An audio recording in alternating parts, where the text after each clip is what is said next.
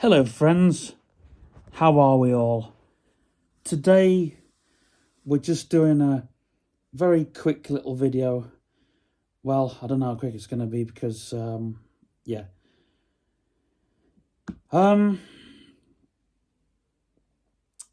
I thought that I would kind of tell you, first of all, about my journey and stuff like that. Before I do that though, I want to say this channel is still going to have car walk around. It's still going to be about imaginary friends, but I thought, why not have some storytelling videos? We've got the Tales from the Vaults, but I thought, let's do this nice little podcasty video, and let's all, let's all sit together. Imagine this. Do you know when you were at school and the teacher used to, and he used to get on the floor with the kids and, right, kids, today we're going to have a story. Well, it's going to be a little bit like that.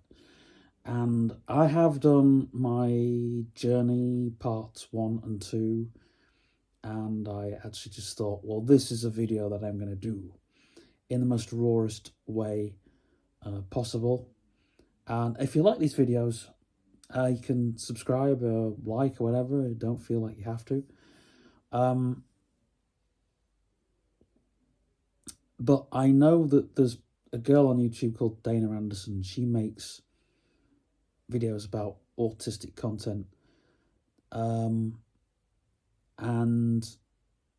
she does things,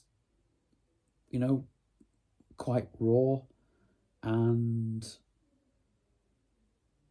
that's the way she does it. Obviously, she's very different than me, so go and check her out if you want. Right, back to this video. So I wanted to talk about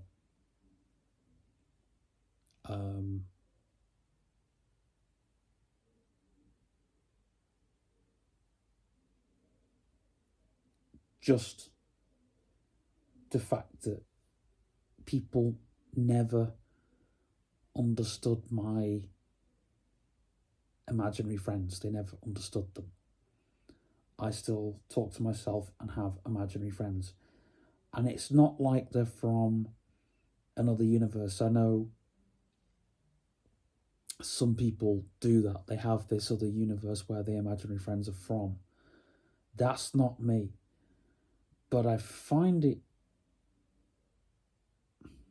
easier to hold it in, but then I find it harder to, I think around, I think because when you're forced to hold something in, but you have to have a place to decompress, and it's very difficult. It's very difficult, this whole decompression, this whole kind of I wrote on my autistic Facebook page, I did a huge thing on the Beanswell page just in case people can't find that, on the whole thing that decompressing is different for everybody. For me, it's getting out my imagination so I can create, and I've got that spark to create. I'm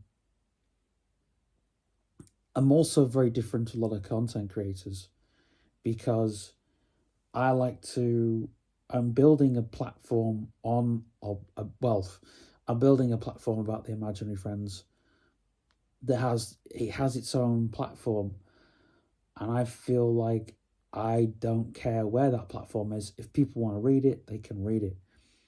And it started from a friend from church saying, oh, you should start a blog. It started from there to having the Facebook page, and now the Facebook page is still there, but now there's the Tumblr blog. But that's like the whole thing and the platform. And YouTube is a very important. Having YouTube and not too much, kind of narrowing things down. So YouTube, um, but also not leaving your audience behind. So the audience that are on Facebook, I do stuff for them, but that I tend to, for the new people, I tend to keep things as narrow as possible. The only reason I use the older platform is for the older audience, so I know they're not missing out. But I've also left links, so if they want to come and follow, they can. But I don't really care about those platforms. It's like, it's just, it's better, it's newer, and it's a new canvas, so to speak. And it's kind of opening the door, bringing people in. And it's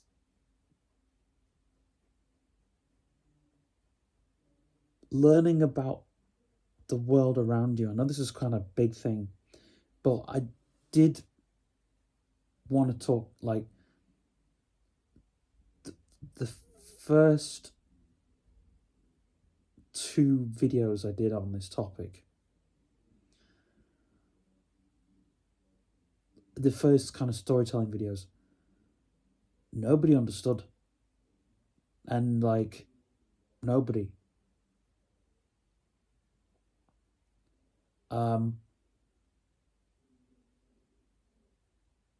And that's a thing that will haunt me for the rest of my days, because understanding is a big thing, you know. And even though I've got a tongue in my head, I'm quite slow on the old communication cues. I'm very, very slow on it. But there are people that are freaking quick. Those people shock me. There was a friend, well, not a friend, but someone who I knew from a youth club. And I was being a dick, to be fair. I was being told, but I had this autistic moment. I didn't want her to follow me, so I wasn't saying where I was going. I was being, meeting a friend, but I didn't want her to kind of know where I was going. So I kind of wanted to throw her off. But she was worried because she's like, because I was going, because where they've got like, I don't like going on the outside where the seats are, and I don't like going on the inside, so I'm trying to weave in and out of tables, and I got stuck. So she was speaking to me, and I was going towards her where her voice was. Bear in mind, she's in the middle. It's a pedestrianised street. And so she's coming down, and then so I do speak to her, but by this point I'm like, right, okay, I've spoken to her, but I need to get somewhere, so I couldn't really stop and talk to her properly, but I knew I had to get somewhere. And literally 2 or 3 yards from where I was going, there was a car right in front, and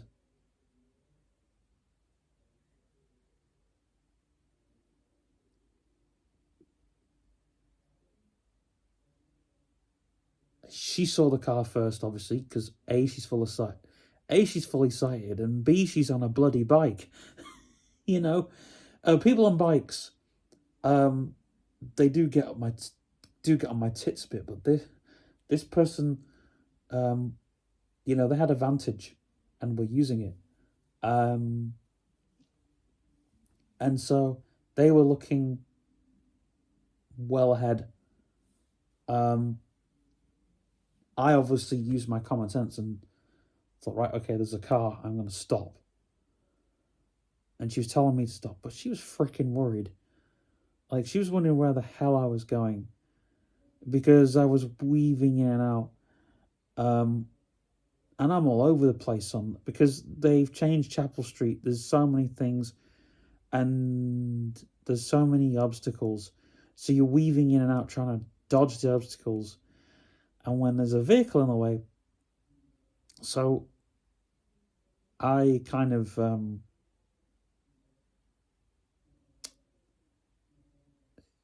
because she came up and said, right, no, don't go. And so then she then told me, right, okay, go.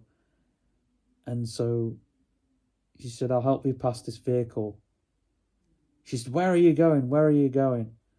I said, oh, I'm going down Cambridge Walks. I said, I'm going I said, I know I'm going to the library, but I'm going to go. Well, I just said I'm going down Cambridge Walks. I said, but I didn't want to put her out of her way either because I didn't want her to A, follow me and go her way, and then B, go out, like, if she needed to get somewhere as well. Like, she was going in the opposite direction. But, it's things like that. It's things, you know, and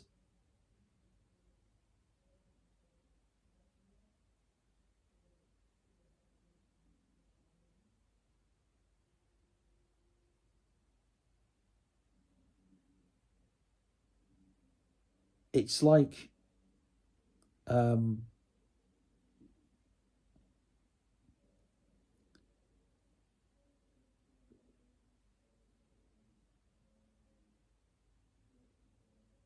it's like I've noticed it with a few people on the communication cues. Like, it shocks me how quick people are. Some people, not all, but some. Um,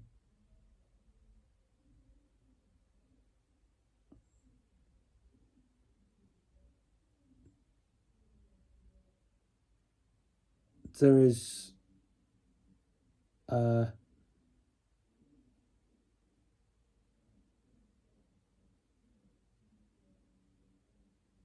I mean, females tend to be better at it than guys. I don't know why, but um, there is a couple of guys couple of men who know, and yeah,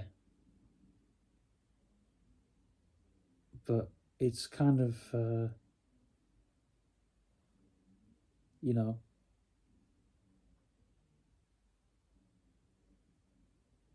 and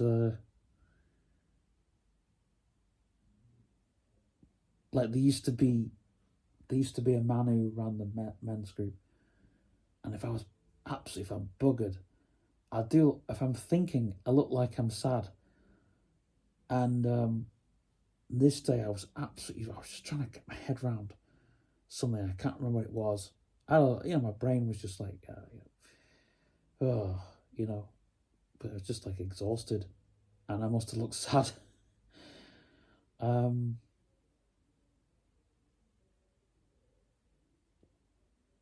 but sometimes I do feel.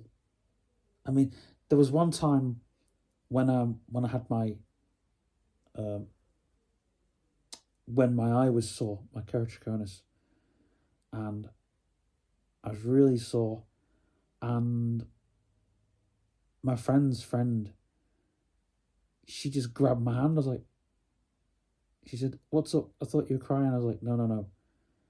I was like, "I'm in pain and I'm flinching," and I said, "The pain is in my eye." I said, "I'm not crying." I said, but trust me, you don't want this pain.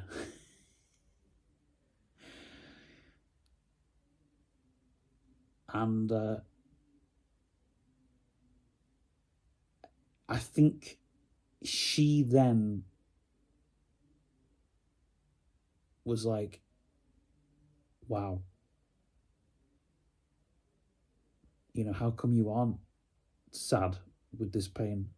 She asked me that. She said, why are you, why did it upset you? I was like, well, you've got to carry on with things, you know, uh, which is why I wear dark glasses.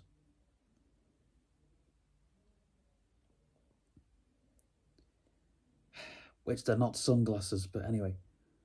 And again, these glasses also help with light. And they don't stop. I mean, I can deal better with light now, but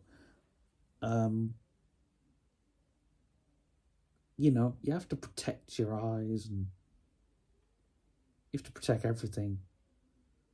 Gosh, I'm sounding like my mum. Oh my gosh, that is very scary.